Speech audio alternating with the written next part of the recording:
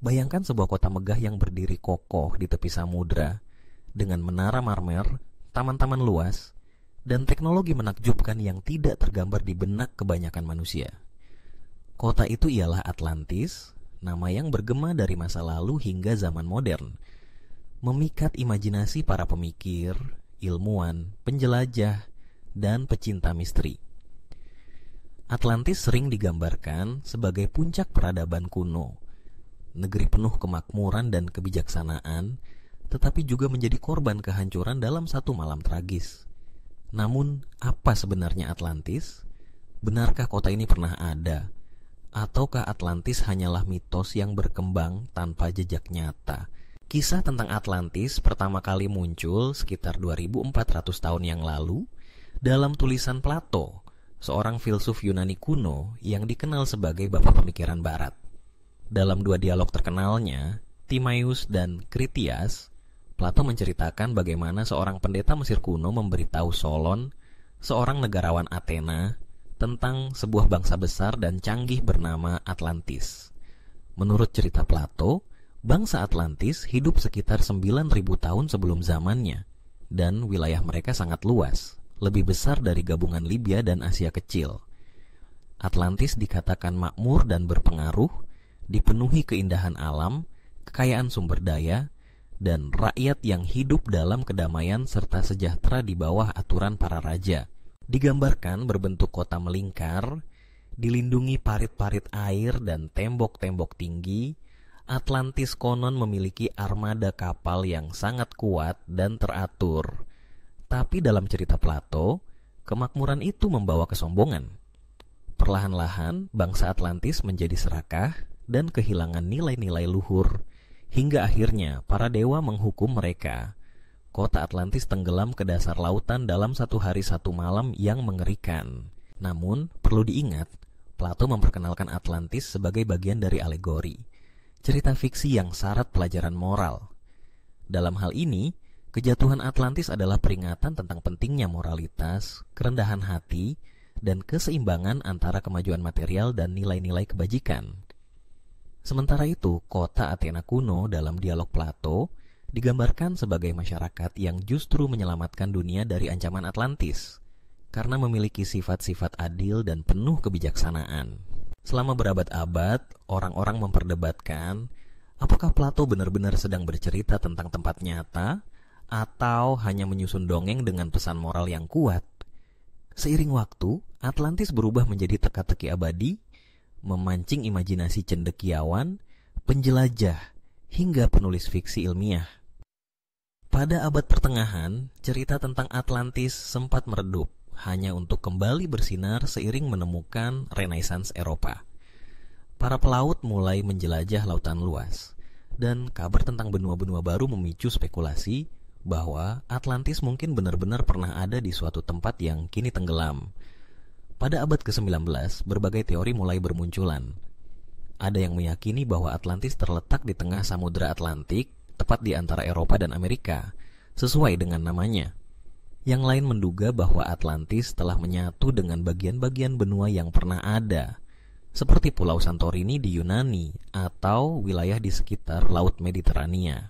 Berbagai upaya ilmiah pun dilakukan. Penemuan reruntuhan kota-kota tua di bawah Laut Mediterania, gunung berapi purba yang tenggelam, dan sisa-sisa bangunan kuno membuat sebagian orang yakin bahwa jejak Atlantis masih bisa ditemukan.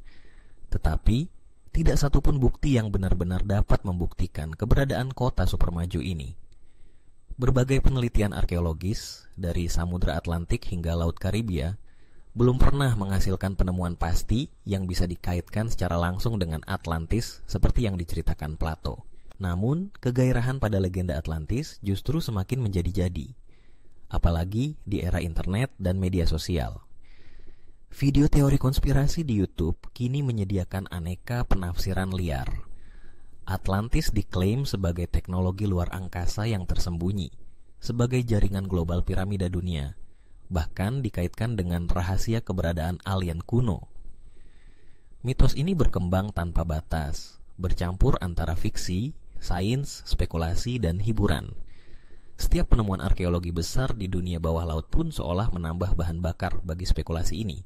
Ada juga kelompok yang berpendapat bahwa Atlantis hanyalah simbol dari peradaban yang telah hilang akibat bencana alam.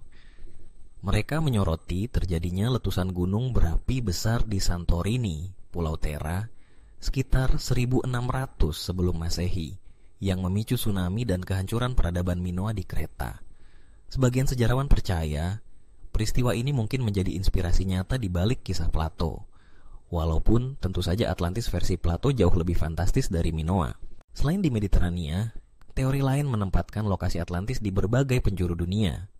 Di wilayah Karibia, di dasar segitiga Bermuda, bahkan di sekitaran Pulau Jawa setelah bencana letusan Gunung Krakatau. Sebagian kecil ilmuwan juga mengaitkan kisah Atlantis dengan daratan Sundalan yang tenggelam di Asia Tenggara atau dengan peradaban-peradaban kuno yang hilang di Amerika Latin. Belum lagi mereka yang melihat Atlantislah yang menjadi cikal bakal semua peradaban dunia. Teori yang lebih banyak didukung oleh karya fiksi dan pseudo-ilmu pengetahuan. Fakta lainnya, dari sudut pandang ilmu arkeologi dan geologi, nyatanya tidak ada bukti material yang mendukung keberadaan kerajaan raksasa berteknologi maju pada periode yang ditulis Plato. Sejarah umat manusia baru mengenal kota-kota besar dan terorganisir sekitar 4.000 sampai 5.000 tahun lalu, jauh setelah waktu yang disebut dalam kisah Atlantis. Namun, kekuatan cerita, daya tarik misteri, serta hasrat manusia untuk mencari asal-usul dan keajaiban masa lalu membuat Atlantis tetap hidup hingga kini. Maybe, itulah kekuatan Atlantis sebenarnya. Sebuah kisah yang terletak di garis tipis antara imajinasi dan kenyataan, antara mitos dan sejarah.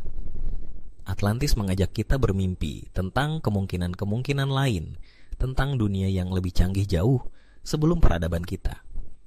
Kisahnya membuat kita berpikir, merenung, dan terus bertanya, mungkinkah ada sesuatu yang belum kita temukan di kedalaman laut atau di sudut-sudut ingatan sejarah manusia yang terlupakan?